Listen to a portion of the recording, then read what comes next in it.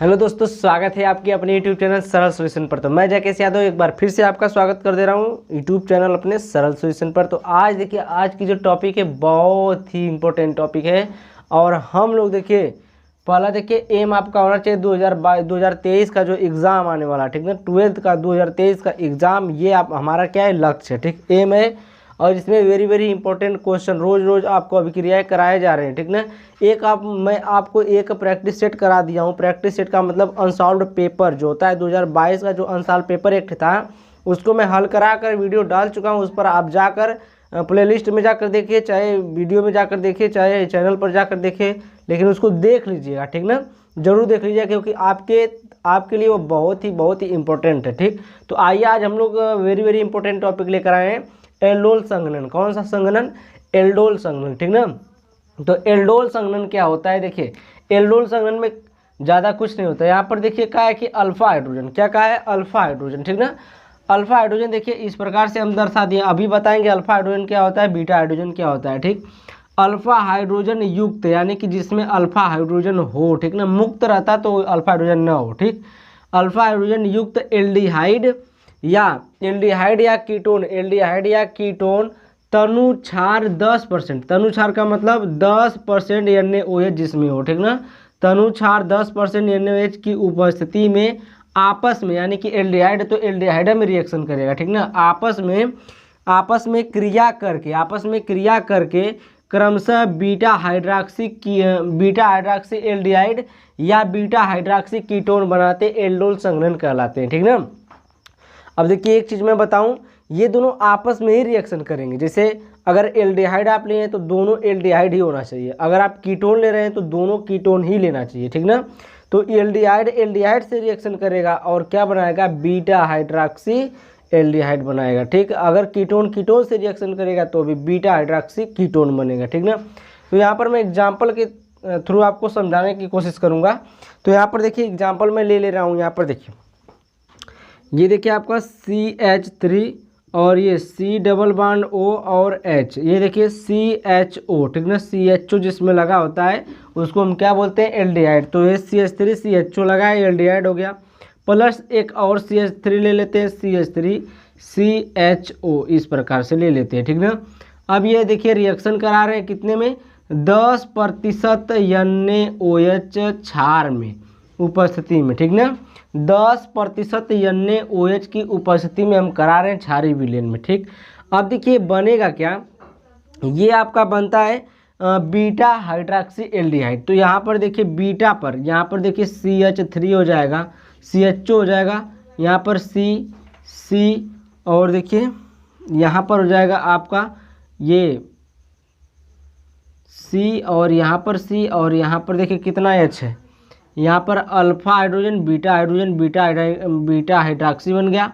यहाँ पर एक H हो जाएगा, यहाँ पर 2H हो जाएगा और यहाँ पर हो जाएगा CH3, ठीक ना। जैसे कि कार्बन की वैलेंसी 4 होती है, आप जानते हैं, उसी प्रकार से हम इसको वैलेंस कर दिए, ठीक ना। यहाँ पर 3 हाइड्रोजन क्योंकि एक बांड बनाया, यहाँ पर देखिए 1 हाइड्रोजन क्योंकि ये 3 बांड बनाया, यहाँ पर देखिए 2 बांड बनाया तो 2 हाइड्रोजन, ठीक ना। 4 वैलेंसी पूरा होना चाहिए। अब देखिए इसको बीटा हाइड्रोक्सी और एल्डिहाइड कैसे कहते हैं? बीटा हाइड्रोक्सी एल्डिहाइड क्यों कहते हैं? अब देखिए यहाँ पर अगर हम मान लीजिए OH ले लिए, ठीक ना, OH ले लिए, इससे हम जोड़ दिए 8 कार्बन, फिर इससे 8 जोड़ दिए कार्बन, इससे जोड़ दिए 8 कार्बन, इससे जोड़ दिए 8 कार्बन, ऐसे हम 3-4 कार्बन जोड़ दिए, ठीक ना। तो अब देखिए ये जो ग्रुप है, ये जो OH ग्रुप, ये मेन ग्रुप है ना, OH ग्रुप एक क्या है? क्रियात्मक समूह है। तो ये क्रियात्मक समूह से जो कार्बन जुड़ा रहेगा, जो कार्बन डायरेक्ट जुड़ा रहेगा, उसको हम बोलेंगे अल्फा कार्बन। कौन सा कार्बन बोलेंगे? अल्फा कार्बन बोलेंगे। और इसको हम क्या बोलेंगे? Beta carbon. इस कार्बन से जो जुड़ा है कार्बन, उसको हम बोलेंगे बीटा कार्बन। इसके बाद जो कार्बन जुड़ा है इसको हम बोलेंगे गामा कार्बन। इसके बाद जो कार्बन जुड़ा है इसको हम बोलेंगे डेल्टा कार्बन, ठीक ना, डेल्टा कार्बन, ठीक।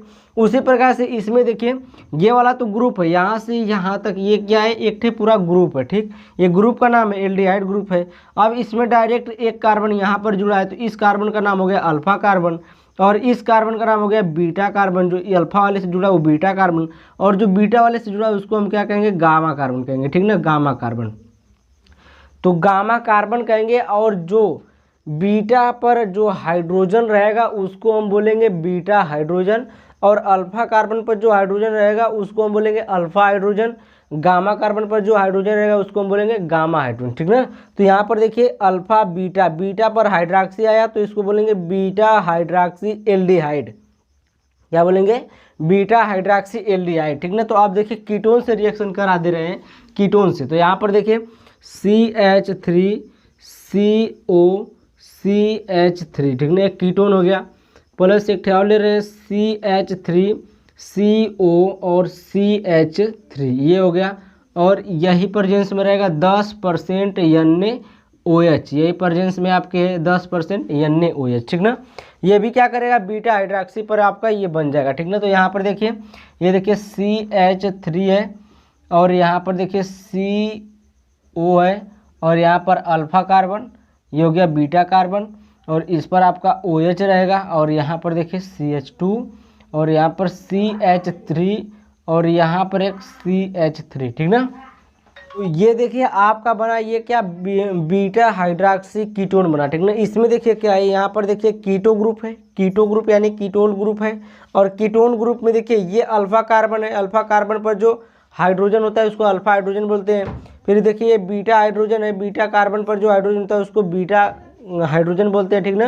तो बीटा कार्बन है, इस पर हाइड्रोजन क्या हुआ है, इसमें OH जुड़ा है तो इसको बोलेंगे बीटा हाइड्रॉक्सी कीटोन, ठीक ना। तो ये आपका बन गया बीटा हाइड्रॉक्सी कीटोन और ये बना है बीटा हाइड्रॉक्सी एल्डिहाइड, ठीक ना।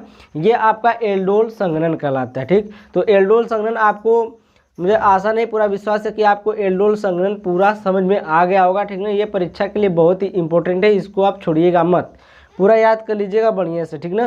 तो आज के लिए इतना ही, thank you for watching my video, bye bye.